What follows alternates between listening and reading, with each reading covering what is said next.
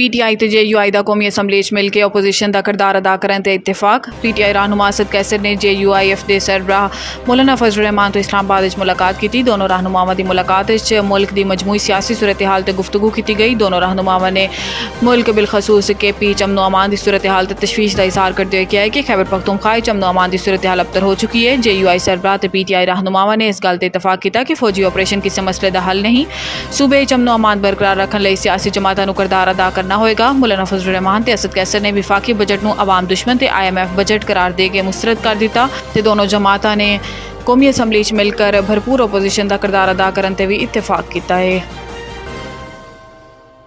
वज़ीर दाखिला ने आज़ाद कश्मीर च फ्रंटियर कांस्टेबलरी तैनाती करन दी मंजूरी दे दी। वज़ीर आज़म आज़ाद जम्मू कश्मीर चौधरी अनवारुल हक ने वजारत दाखिला आके विफाकी वज़ीर दाखिला और इंसदाद मंशियात मोहसिन नकवी ने मुलाकात की, जिदे आज़ाद कश्मीर च अमनो अमान ते सिक्योरिटी सूरत हाल ते तफसीली तबादला ख्याल किया गया। तर्जुमान वजारत दाखिला के मुताबिक वज़ीर आज़म आज़ाद कश्मीर की दरखास्त से वज़ीर दाखिला मोहसिन नकवी ने आज़ाद कश्मीर च फ्रंटियर कांस्टेबलरी तैनात करन दी मंजूरी दी। वज़ीर दाखिला मोहसिन नकवी का कहना है कि आज़ाद कश्मीर च कयाम अमनो लई हर मुमकिन ताउन करांगे। आज़ाद कश्मीर सिक्योरिटी के मुतालिक इंतजामात नूं बेहतर बनाया जाएगा। इन्होंने कहा है कि आज़ाद कश्मीर की आवाम तो किए गए वादे पूरे कर रहे हैं।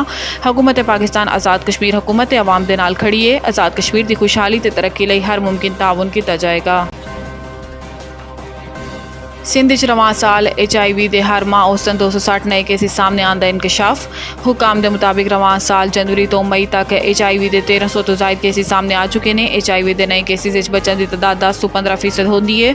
हुकाम ने दस्या है कि HIV के ज्यादा केसेस लाड़काना, हैदराबाद, मीरपुर खास ते कराची तो रिपोर्ट होए ने। हुकाम के मुताबिक सिंध जनवरी HIV के 257, फरवरी 256 केस सामने आए, जबकि सिंध मार्च के महीने 258 ते अप्रैल 239 HIV के नए केसेस रिपोर्ट हुए।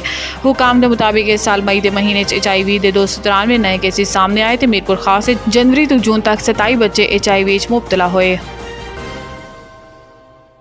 सखर बिराज तो पानी की फराहमी बंद, फसलों मुतासर होने का खदशा। सखर बिराज तो नहरों पानी की फराहमी रुकन तो बाद चावल, गन्ने ते कपास की फसलों मुतासर होने का खदशा पैदा हो गया है। महकमे ज़राअत के मुताबिक मौजूदा सूरत हाल तो काश्तकारों की रहनुमाई लई हैदराबाद वाटर एमरजेंसी सैल कायम कर दिया गया। काश्तकारों की रहनुमाई लई सिंध की 6 डिवीजन फोकल पर्सन मुकर्रर किए गए हैं, जबकि वाटर एमरजेंसी सैल सूबाई डिवीजनल डिस्ट्रिक्ट के तालुका सतह के 32 फोकल पर्सन मुकर्रर किए गए। महकमे ज़राअत के नुमाइंदे का दसना है कि सखर बिराज के सिंधी ज़रई ज़मीन का तकरीबन 70% हिस्सा सिराब हुंदा है। दूसरी जानिब वजीर आबपाशी जाम खान शोरो ने सखर बिराज के 2 दरवाजा को नुकसान पहुंचने के वाक़े की तहकीकात लई 5 रुकनी कमेटी कायम कर दी। कमेटी वाक़े के असबाब ते जिम्मेदार अफसरान का तयन करके एक माश रिपोर्ट वजीर आबपाशी ते सेक्रेटरी आबपाशी नूं पेश करेगी।